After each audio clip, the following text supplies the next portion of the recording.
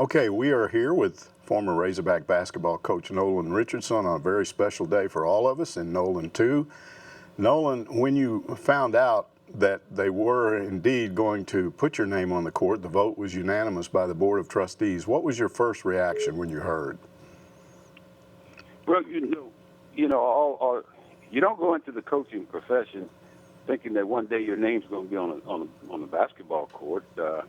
You go in to try to win basketball games, but anytime a name is mentioned and it comes to the fact that it's going to be placed on the floor, then I'm very proud of the name that I have, and that's to me the most important part of a person's life is his name and his namesake, and for it to go on the floor where not only the fans or family members, enemies, it doesn't matter who, will be able to see that name, and for to me that is a huge honor when you have something like that. And basketball will continue to go when I'm gone, and others who help put that name on the floor will be gone. So it's a truly a wonderful honor that me and my family would always enjoy. Now, your seat that you have there at Bud Walton Arena is not far from the end zone, the east end zone of that thing, and the name will be over there right in that area. Have you given any thought what it's going to be like to sit down in that seat for the first time and look down and see that name there and watch a game where the name is clearly right there in front of you? That's amazing. It really is. It reminds me of one of the things there's a school in El Paso named Nolan Richardson Middle School, and I called it one day because they wanted me to do some speaking, and I kind of forgot. And when they answered the phone, they says, "Nolan Richardson." I said, "Yeah, I'm on the phone. What about it?" This is a school. Well, and I guess that's the thing that you look at when you walk into an arena and you know every eyes go through the floors. I don't know exactly how I would say that I would feel today, but I know that it would be a choke-up type feeling when I'm there seeing it for the first time. You know, this probably got held up in part by people who didn't understand what was going on. Back when the lawsuit was filed, they thought you were mad at the school, and there were other reasons for that, which we won't get into, but there was never an issue. I mean, people were shocked that you continued to live here because they didn't know you, didn't understand what was going on, and yet, through all of that and all the fallout that came from that, here we come full circle now, and it really is something I didn't think I would see. But are you surprised that after all of these years that it finally ended up happening? Well, definitely surprised because of the fact, as you mentioned, because of the filing the suit has nothing to do with really the university. There's people that were involved at the university in order for me to be able to do what I had to do. I'm one of those people that will leave this earth eventually, and if I had a chance to say what's right is right and wrong is wrong. So it had nothing ever to do with the fans of Arkansas, the people of Arkansas. No, because as you mentioned, when I took this job, I knew then this would be the last college job I'll ever work. And I'm very proud of the fact that I made it 17 years. That's what I was telling Mike Anderson. We're very fortunate. I envision and have always envisioned that anyone that lasts more than 5-6 years on a basketball job, this day and age, is a miracle worker. Right. I see coaches have to stay ahead of the posse, and it's just getting worse and worse. That animal that I've told you about that you create this monster, well, it'll eat you if you don't feed it. And feeding it is getting the players and making sure the fans are happy with wins. If you can't feed it, it will eat you. So it's just a matter of, to me, I look, well, he got 4 or 5 years. We'll see what happens. Well, you won enough games. Obviously, your problem was there were certain people that did not want you to talk about the things you talked about, and yet you look back at those times, it's hard now for people to understand why you said those things, because the things that you talked about have largely happened. Now, when I watch basketball on television, I see black coaches all over the place. Yes. And you see blacks in administrative positions. You see them now in athletic departments and administrative positions.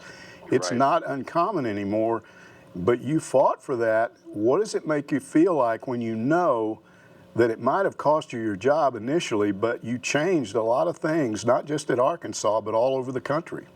My grandmother, as I mentioned many times before, she told me many years as a little boy, it ain't about you, son.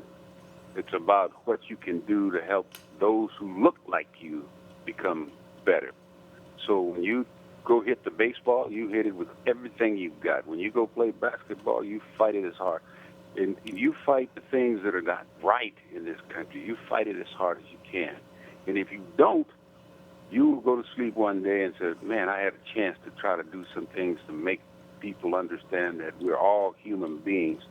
And so that's why, when I think of my grandson or Mike Anderson's or all these young other black coaches that's got opportunities, I can remember the day. And when I started in El Paso, there was no African-American coach in that city. When I started at the junior college, there was no black junior college coaches of 48 junior colleges. And all I knew is that I had a job, and if I don't respond or do the right thing, there will be none to follow me. And that's why she would talk about Jackie Robinson. They need people to follow them. You need to be a leader. That was a constant talk to me. And so I just feel that you can't understand because you've never been there. You never walked in my shoes. And that's the same way I think about guys like Mike and those guys. They never walked in my shoes. And so therefore you're raised through how you were treated.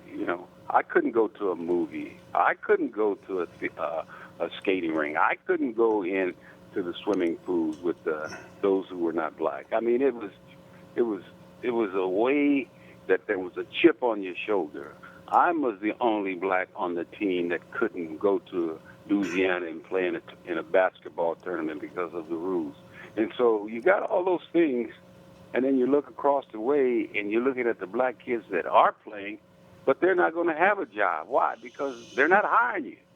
Mm-hmm. And so now I look across the court, and now I said, this is what it was all about. It's trying to have an opportunity. Have an opportunity in the media. I've spoken to you. Why don't you guys go out and recruit some blacks to be a part of this community? I mean, that's just you don't have to do. You look at it now. Let some of the black people at the university have tenure that are professors that have been here forever, and they don't even have tenure. Why? I mean, my question is always, why isn't it different? And you're right. I've witnessed a lot of things, and thank the Lord upstairs that I was here to see some of the things that have happened. You actually ended up, in my opinion, helping Mike, and we talked about this because he did not leave this job under the same circumstances you did. It was wins and losses with him. It wasn't wins and losses with you. And I look at him, and I was astonished because I was looking at some of the video the day he was hired. He doesn't look like he's aged a day. He hasn't been under the pressure you were under. I always told people a part of you may not wanted to have been fired, but a part of you was relieved that you were out of that pressure. Definitely, when you're fighting every single day, and then when you start feeling that you're even fighting against the group that you're on the hill with, we went through that in NCAA deal, and I'm saying, God Almighty, I'm not about to try to do any cheating. I said, but I know some of them that do, and they ain't gonna stop. But when you're in that grind day in and day out, and to me, I felt like I was not only the basketball coach at the University of Arkansas. The women used to come to me with problems. The students came to me with problems. I mean, it was a constant. And I had to do my job. Is not only to be the basketball coach, but to be someone that they could look up to and come to. And that's what I served. But I didn't go around preaching that. And I'm sure the youngsters that came to get the advice from me didn't go around saying, Coach said this. So I had a tremendous, to me, I had a tremendous part that I played at the University of Arkansas. And that's why I'm so honored. I'm so honored to have my name, which I believe is the most important thing that I've got, is my name.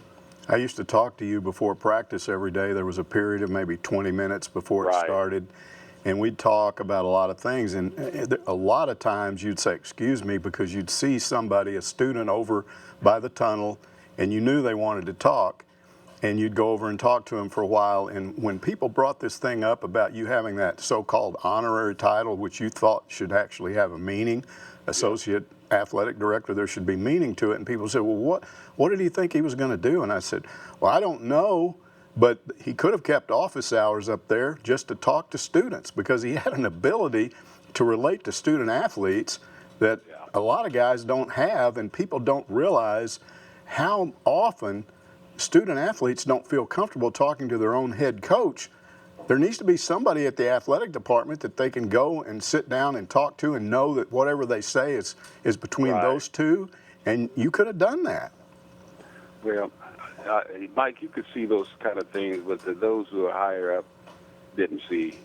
And of course, it didn't, for me to just a small part of whatever I could do to help the university become a big-time major university. The thing that I enjoy the most nowadays is when I get off a plane or going to speaking engagement in a different state in a different area, that I can hear Hogball, I can hear Rolling with Nolan, I can hear 40 Minutes of Hell, how they would recognize basketball is still very important outside of the state of Arkansas. I mean, it became a household kind of name. We were the underdogs of the college basketball world. And so we had a lot of fans outside of Arkansas.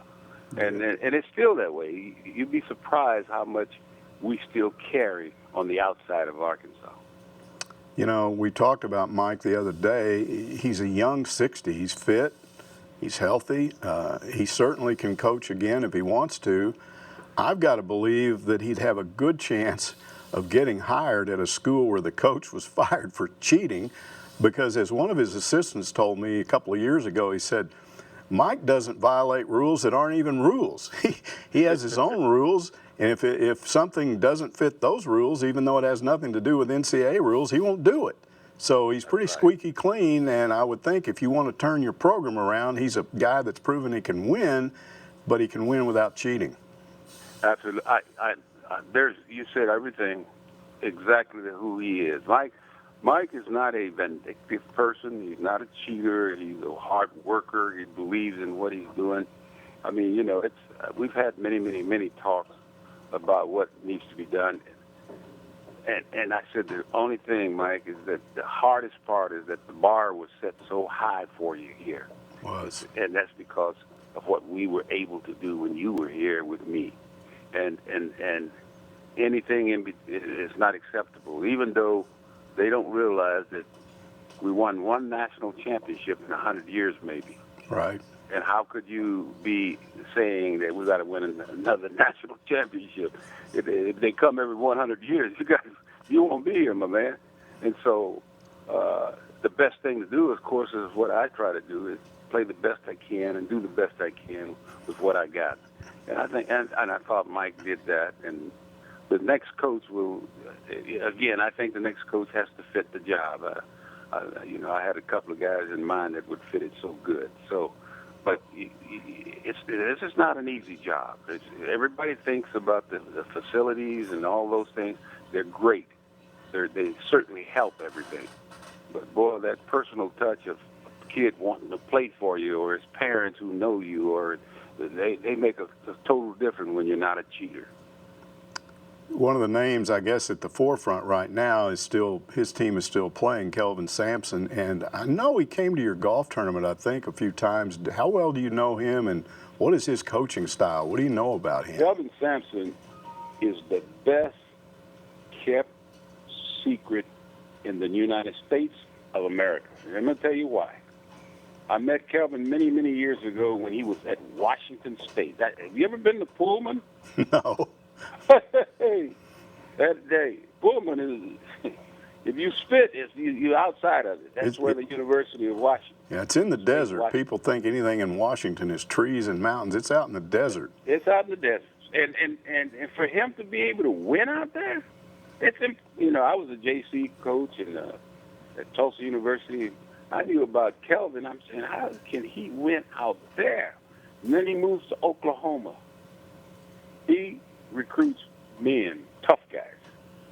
He has so many things going for him that he's been to Oklahoma.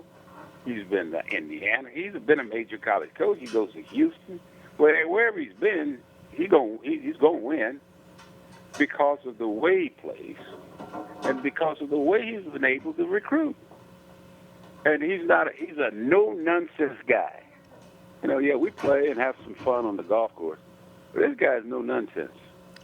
So if you're looking for a softie, he ain't the guy. But if you're looking for someone that I think fits all the bills, he's pretty tough. He's hard to beat. One last thing, Nolan. I need to ask you about this because of this whole thing that came out with your name being put on the court. Your name now goes along with, if you say it correctly, it would be Nolan Richardson's court at Bud Walton Arena. And I want to ask you about Bud Walton. I know you had a meeting when this whole thing was just kind of maybe just an idea of having the new arena, and we're still playing in Barnhill. And I think it was a meeting between you and Bud Walton and Frank, but do you recall that meeting? Like it happened day before yesterday. What happened? Well, what it first happened was, one of the great guys that helped us do some things from the standpoint of getting some things done that we thought we'd have to do for Barnhill Arena. The deal was we're going to try to get 1,000 seats added to the arena because we were going into the Southeast. We were going into the Southeast Conference with Ole Miss having a bigger arena and Mississippi State, and we were, to us, we were way ahead of those guys. And so could we get 1,000 seats? And Coach came up with the idea, maybe if we can get $1 million from Walmart or from Bud. And we had set up a meeting, and we went up to see him at lunchtime, and he sat there, and the first thing he had, he said, what can I do for you guys? And of course, on our way up, Frank said, you have to ask him for it because it's your team. That's Frank. So I said, no, I don't have a problem with that. And I said, Mr. Walton, we're getting into a conference now, and I'm kind of embarrassed. We need to get about 1,000 more seats and kind of do some stuff on our arena and make it really nice. And he said, you kidding me?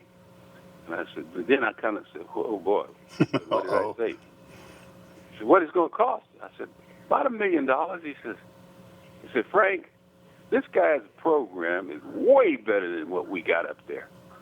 He says, you have a place where they can put an arena? And Frank said, yeah, we got a place where we can put one. And if we don't, we'll find one. He said, well, go find you one. Because we're going to, he says, wait a minute, how much would that cost?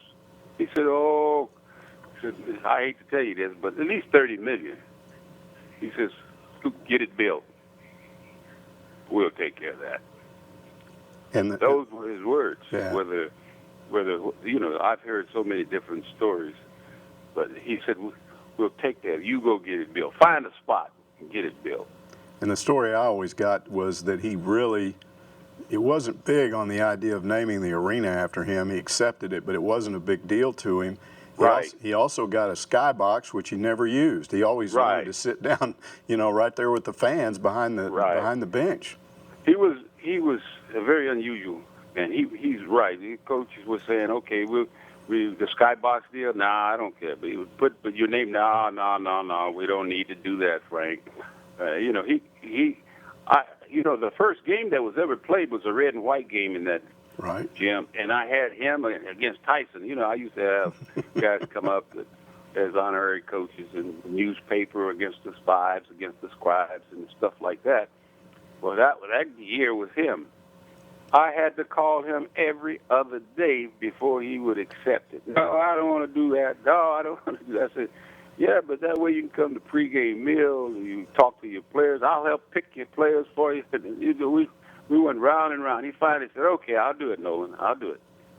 You know, Nolan, it's funny you bring that up, coaching those red-white games. I could have never been one of your coaches because I did have a chance to do that one time, and I don't know if you remember this, but my plan was to play. You had to split the squad, obviously, which caused some problems in depth. And I just decided I'm playing Todd Day the whole game. And we got to halftime, and you came in there and you said, "What in the hell is wrong with you? You're going to kill him." And I said, "Well, Coach, I just can't afford to take him out of the game." And he said, "Well, you're going to have to, or I'll bench you as the coach." That was hilarious. Oh, yeah. Well, Nolan, it's been fun talking to you. I appreciate it, and we'll probably talk to you again sometime, and I always look forward to it. Have a good day. Have a good day. Have a good one. All right. Thank you. Nolan Richardson talking about a lot of things at this setting, but also mainly talking about the honor that he got when the Board of Trustees at the University of Arkansas unanimously voted to name the court after him, and I assume there'll be a ceremony sometime next year, and that'll be a big deal too. So we'll wait for that. Back to you.